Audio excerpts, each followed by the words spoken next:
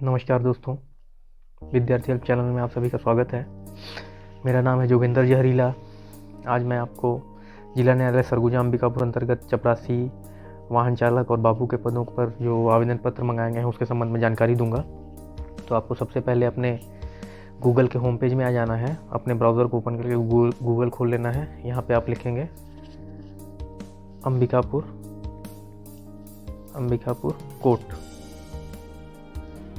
Ambikapur court लिखेंगे तो देखेंगे सबसे पहले जो वेबसाइट आती है Surguja district court in India, इस पर क्लिक करेंगे। इस पर जैसे ही आप क्लिक करेंगे ये देखिए एक रिक्रूटमेंट करके ब्लिंकिंग कर रहा है, इस पर क्लिक करेंगे। आप यहाँ से भी जा सकते हैं डायरेक्ट। मान लीजिए ये नहीं दिखाता तो आपको जाना पड़ता, ये देखिए यहाँ पे ग्रीन कलर में रिक्रूटमेंट है। आप सभी ज़िलों के, छत्तीसगढ़ में जितने भी ज़िले हैं उनका आप यहाँ से ज़िला वाइज वैकेंसी और जो भी वैकेंसी निकलता है वो आप देख सकते हैं। तो अभी हमको सरगुजा में देखना है, तो यहाँ देखिए सरगुजा यहाँ पे है। आप जिस ज़िले का चाहें वहाँ से चूज़ कर सकते हैं, उसका फॉर्म सब मिल जाएगा आपको। तो आपको रिक्रूटमेंट में क्लिक करना है, इस पर क्लिक करेंगे।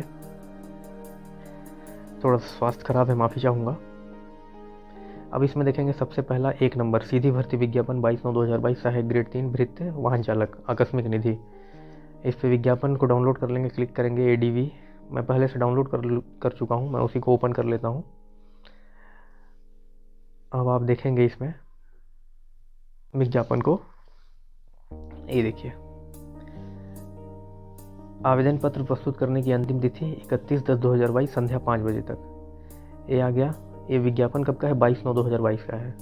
अब इसमें पद क्या क्या है देख लेते हैं। सहायक ग्रेड 3 समकक्ष आदेशिका लेखक एवं साक्ष्य लेखक, टोटल 11 पद है। ST के लिए 7 है मुफ्त में, और ST दिव्यांग के लिए 3 पद है। OBC में दिव्यांग के लिए 1 पद है, मतलब केवल ST और OBC का पद है। आप इसमें आवेदन कर सकते हैं। ST मुक्त में बहुत लोग नहीं समझ पाते हैं। जो भी ST अजजा का अभ्यर्थी है वो मुक्त में कोई भी भर सकता है, महिला चाहे पुरुष। लेकिन मान लीजिए दिव्यांग है तो इसमें ST अभ्यर्थी जो दिव्यांग हो केवल वही भर सकता है, उसके पास दिव्यांग का सर्टिफिकेट होना चाहिए। उसी प्रकार देख लेते हैं वाहन चालक 1 पद है, और ये जो 1 पद है मुफ्त में, अनारक्षित में, मतलब कोई भी इसमें आवेदन पत्र भर सकता है। भृत्य का 1 पद है, और ये जो 1 पद है ये ST दिव्यांग में है, मतलब अनुसूचित जनजाति में दिव्यांग आवेदन कर सकते हैं। आगे देखते हैं सहायक ग्रेड 3 संविदा कोर्ट मैनेजर अमला 1 पद है, और ये जनरल का 1 पद है। उसी प्रकार आकस्मिकता निधि कर्मचारी चौकीदार स्वीपर 2 पद है, एक ST मुक्त है और एक जनरल में मुक्त है। अब इस ध्यान देने वाली बात है यहाँ पे, सहायक ग्रेड 3 संविदा कोर्ट मैनेजर अमला, तो इसका जो पेमेंट वगैरह है सहायक ग्रेड 3 का वो 9,000 रुपये है। आपसे काम लेंगे रेगुलर से भी ज़्यादा, मतलब रेगुलर इतना काम लेंगे, लेकिन आपको सैलरी क्या मिलेगा? संविदा का 9,000 रुपया। उसी प्रकार आकस्मिकता निधि कर्मचारी हैं, कई बार न्यायालय में होता है कि आकस्मिकता निधि से चपरासी में रेगुलर भी कर देते हैं, लेकिन ज़रूरी नहीं है कि आप रेगुलर हो जाएंगे। तो आप देख के ही भरेंगे, क्योंकि काम तो आपको रेगुलर कर्मचारी जितना लेंगे, लेकिन सैलरी आपको कम मिलेगा।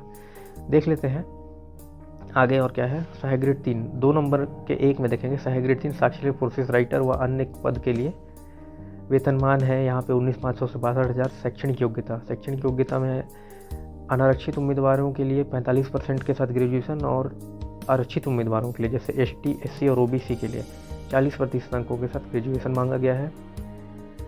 2 नंबर कंडिका में है 5,000 की डिप्रेशन प्रति घंटा होनी चाहिए हिंदी टाइपिंग में।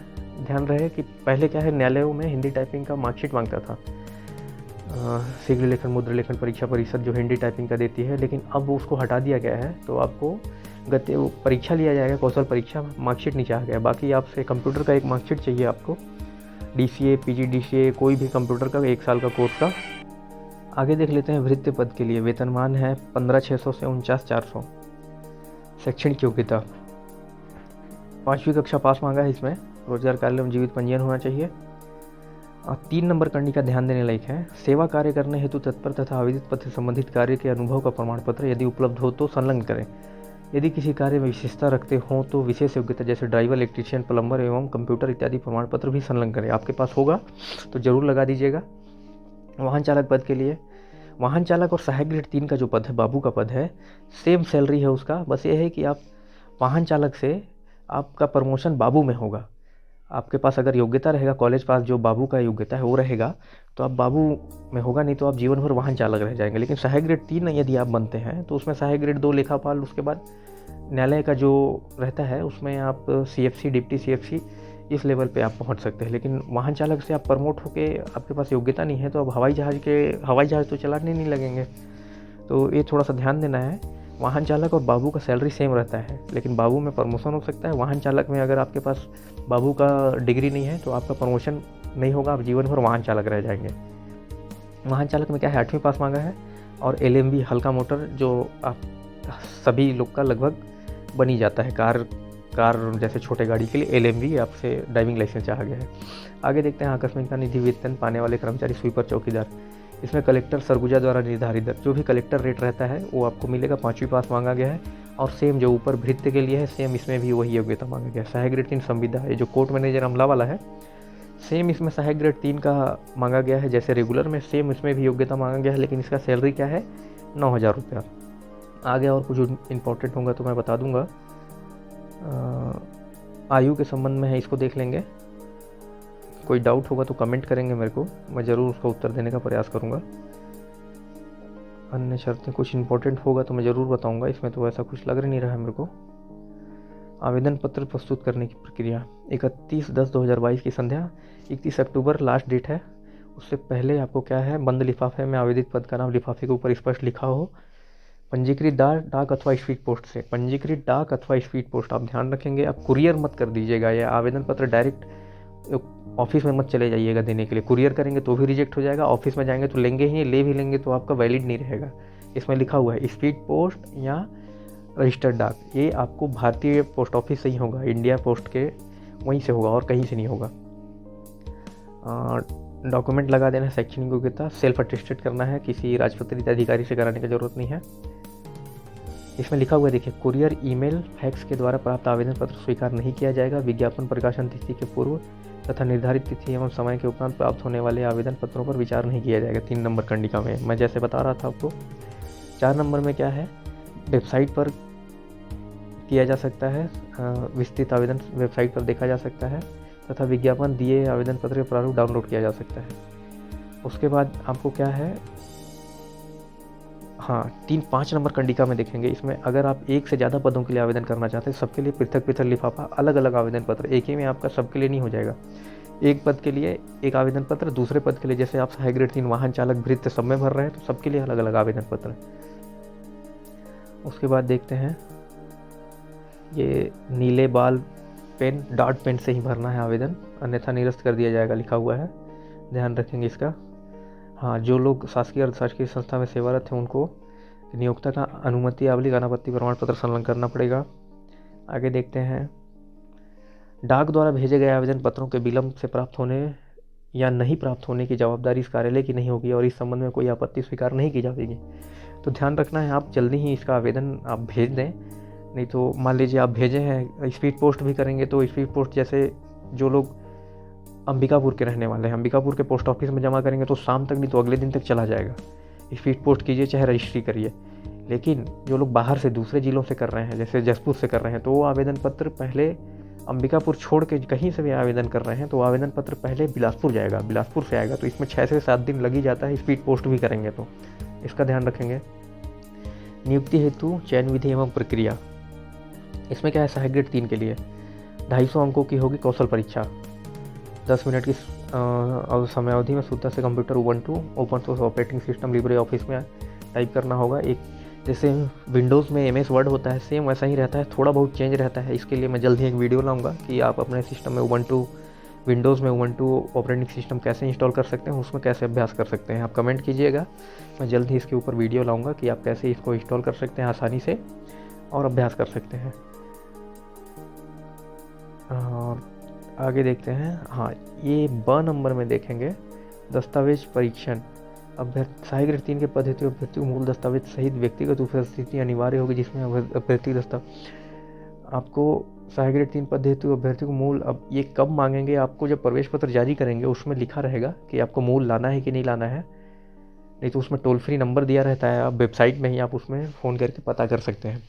टोल फ्री नंबर नहीं, ऑफिस का नंबर रहता है, उस पर आप फ़ोन करके पता कर सकते हैं। 1 नंबर कंडिका में ही देखेंगे, विज्ञापित पद के 15 गुना से अधिक होने पर, जैसे आवेदन कर रहे हैं, एक पद है उसमें ज़्यादा आवेदन आ गया, तो क्या करेंगे ये लोग, लिखित परीक्षा लेंगे वस्तुनिष्ठ टाइप का, जैसे व्यापम लेता है, और उसके हिसाब से एक पद के विरुद्ध 15 जन को, जैसे 10 पद है तो केवल 150 लोगों को ही बुलाएंगे कौशल परीक्षा के लिए। वस्तुनिष्ठ एग्जाम लेंगे आपसे, उसके मेरिट के हिसाब से एक पद के लिए 15, एक पद के विरुद्ध 15 लोगों को बुलाएंगे। वाहन चालक के लिए देख लेते हैं, 50 अंकों का कौशल परीक्षा लिया जाएगा, मतलब आप गाड़ी चला के दिखाना है 50 अंक का। सेम इसमें वही प्रोसीजर है कि अगर अब आवेदन ज़्यादा आ जाता है तो 15 गुना वस्तुनिष्ठ लिखित परीक्षा होगा वस्तुनिष्ठ टाइप का। आगे देखते हैं भृत्य के लिए लिखित कौशल परीक्षा।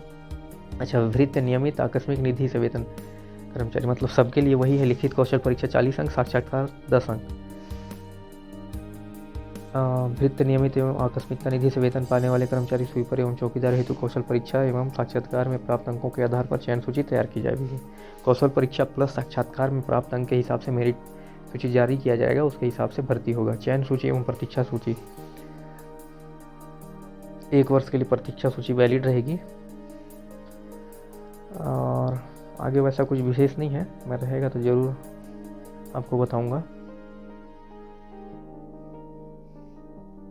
अन्य सूचनाएं, इसको थोड़ा देख लेते हैं। ये क्या बोल रहा है, आवेदन पत्रों का परीक्षण उपरांत पात्र अभ्यर्थियों की सूची कार्यालय के नोटिस बोर्ड पर चस्पा कर दी जाएगी तथा वेबसाइट पर भी, ये जो वेबसाइट है इस पर डाला जाएगा। दावा आपत्ति निर्धारित दिनांक 31/10/2022 के शाम 5 बजे तक प्राप्त की जाएगी। ये थोड़ा गड़बड़ है यहाँ पे भाई, 31/10/2022 तो आवेदन जमा करने का अंतिम तिथि है, तो आवेदन पहुँचने के बाद तत्काल लिस्ट थोड़ी उस पर वो हो जाएगा, तो यहाँ थोड़ा सा मेरे को लग रहा है त्रुटि हो गया है। आवेदन पत्र जैसे पहुंचेगा वो लोग उसका स्क्रूटनी करेंगे, फिर उसके बाद पात्र आएगा, तब तो आपको दावा आपत्ति के लिए कम से कम 15 दिन मिलेगा। इसके संबंध में हो सकता है शुद्धि पत्र आए, चाहे आप इससे टेंशन नहीं लेंगे। आप रेगुलर वेबसाइट का हफ्ते में कम से कम 1 या 2 बार अवलोकन करते रहेंगे नियमित अंतराल पे, तो आपको पता चल जाएगा क्या आ रहा है सूचना वगैरह, इसी वेबसाइट पे हर चीज़ आएगा। आवेदकों को प्रवेश पत्र अपलोड किए जाने की सूचना एवं परीक्षा स्थल की सूचना जिला न्यायालय की वेबसाइट, मतलब आपको अलग से कोई प्रवेश पत्र वगैरह दुनिया भर का नहीं भेजा जाएगा, आपको वेबसाइट पे सब चीज़ मिलेगा, वहीं से आपको डाउनलोड करके उपस्थित हो जाना है। पात्र आवेदक अपना प्रवेश पत्र डाउनलोड कर, यह 4 नंबर में देखेंगे, पात्र आवेदक अपना प्रवेश पत्र डाउनलोड कर ID प्रूफ के साथ परीक्षा स्थल पर मूल दस्तावेजों सहित ID कार्ड, स्मार्ट कार्ड एवं अपना अर्हता से संबंधित सभी मूल दस्तावेज सहित निर्धारित दिनांक एवं समय पर कौशल परीक्षा, मतलब आपका कौशल परीक्षा साक्षात्कार जिस दिन रहेगा उसी दिन आपको सारा मूल दस्तावेज अपने फाइल में आपको लेकर जाना है। इसमें बाकी कई जगह तो ऐसा मैं देखा हूँ कि आपका जब भर्ती हो जाता है उसके बाद आपका मार्कशीट को चेक करते हैं जब आप ज्वाइनिंग करने के लिए आते हैं, लेकिन यहाँ पहले ही मंगा लिया गया है। ठीक है, किसी भी असुविधा से बचने के लिए। और आगे देख लेते हैं, ये फॉर्म दिया हुआ है, इसी फॉर्म को प्रिंट आउट ले लेंगे, यहाँ पे आवेदित पद का नाम स्पष्ट लिख देंगे। बाकी फॉर्म में तो कुछ ऐसा नहीं है, जैसे हर बार का फॉर्म रहता है वैसा ही है, आसान है। फिर भी आपको फॉर्म भरने से संबंध में कोई डाउट हो तो ज़रूर मेरे को कमेंट करेंगे, मैं एक फॉर्म के संबंध में पर्टिकुलर वीडियो ले आऊँगा। धन्यवाद दोस्तों, मेरे चैनल को सब्सक्राइब करें, लाइक करें, शेयर करें। आगे भी मैं आपको इस तरह का वीडियो पहुँचाता रहूँगा। धन्यवाद दोस्तों, एक महत्वपूर्ण जानकारी छूट गई थी।